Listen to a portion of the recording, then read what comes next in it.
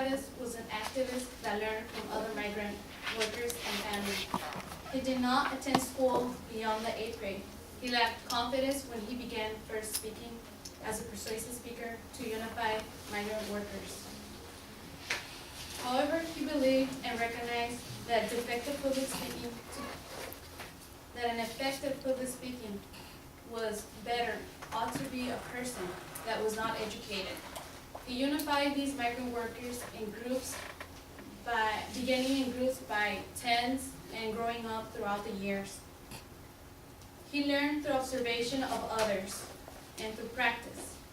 Pay attention to how Chavez used pathos and the speech that we will provide. Hi, this is the statement Cesar Chavez made to the United Farm Workers Organization on April 16, 1969. My name is Cesar E. Chavez. I'm director of the United Farm Workers Organization, a labor organization whose address is so on and so forth in California. It is indeed a privilege to address this body, so many of whose members have distinguished themselves over the years by their genuine concern for the welfare of farm workers. For this we are grateful. What has repressed us is our open-mindedness, your desire to explore our problems in depth, unwilling to believe what you have heard or read about the farm worker. Some of you have come to our valley to see for yourselves and experience at first hand our deprivation, our frustration, and our struggle for social justice. And then he goes on to say, perhaps because of certain similarities between our employment situation and that of the building trades, some have been led in their search for the right answer to experiment with the construction industry exemptions of Section 8F. We resemble the building trades in certain characteristics of our employment, though not in others. So right here what he does is he relates his speech to another more, he relates his speech to the people because they can see that the differences and the similarities between the farm workers and the building trade. First let me say that we too have been learning in the no-nonsense school of adversity, which we did not choose for ourselves. We are learning how to operate a labor union. The difficulty of our struggle, together with the growing possibility of labor relations legislation for agriculture, has led us to challenge again and age the assumption that coverage under the NLRA would prove the ultimate salvation of the farm worker. With us in good faith, they can bargain in good faith, around the calendar if need be, unless we are allowed to apply sufficient economic power to make it worth their while to sign.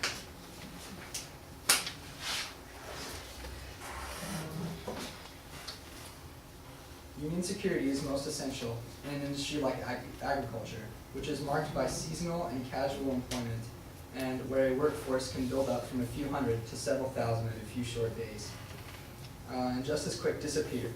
While the nation is busy fighting poverty in all its forms, let us not create new situations where union arm, worker poverty, and the right to work, Texas or Arizona, will become a threat to the small measure of union farm worker prosperity in California. We therefore urge that farm workers and their unions be exemplified from Section 14B, which makes misnames take right to work laws operating in interstate commerce.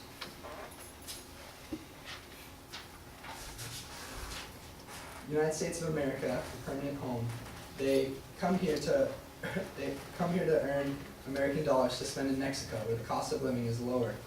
They are mature economic rivals of those who became American citizens or who otherwise decide to stake out their future in this country.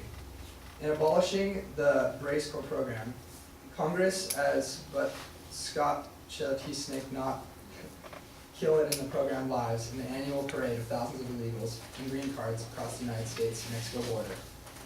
To achieve law and order in any phase of human activity, legislator must pay heed to other laws not made by man, one of which is economic law of supply and demand. We are asking Congress to pay heed to this law in the light of some hard facts about labor supply along our southern border.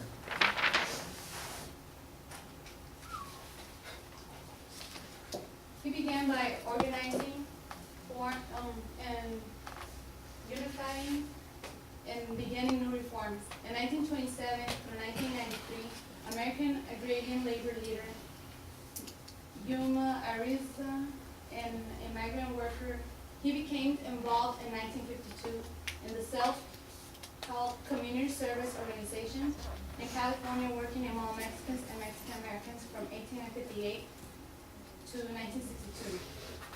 He was its general director at that time. And organizations?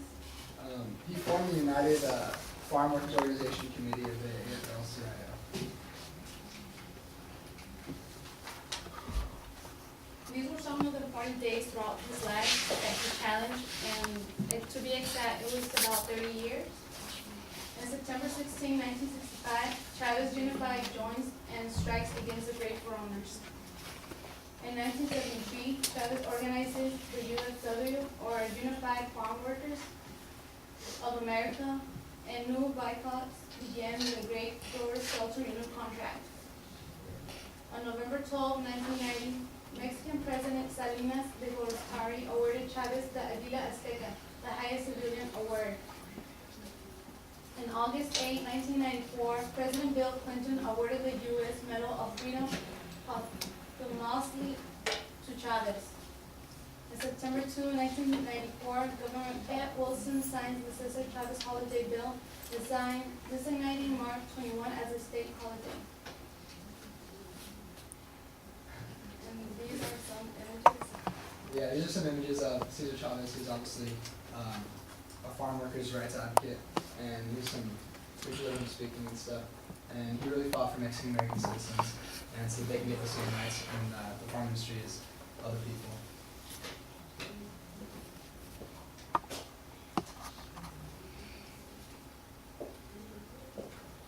As a direct result of the Chavez actions and his inspirational speech, making the membership of the Unified Workers, one of the results that have come until today is that before the UFW was in groups of small numbers, and now it has a membership of thousands. He demonstrated a firm action to achieve and better his public skills. As I first said, he began by, he lacked a lot of public speaking skills, but as he went through all different stages and gaining different awards, he got better. One of the main themes of his speeches was to unify a group of people that had been dehumanized by the society. Thank you.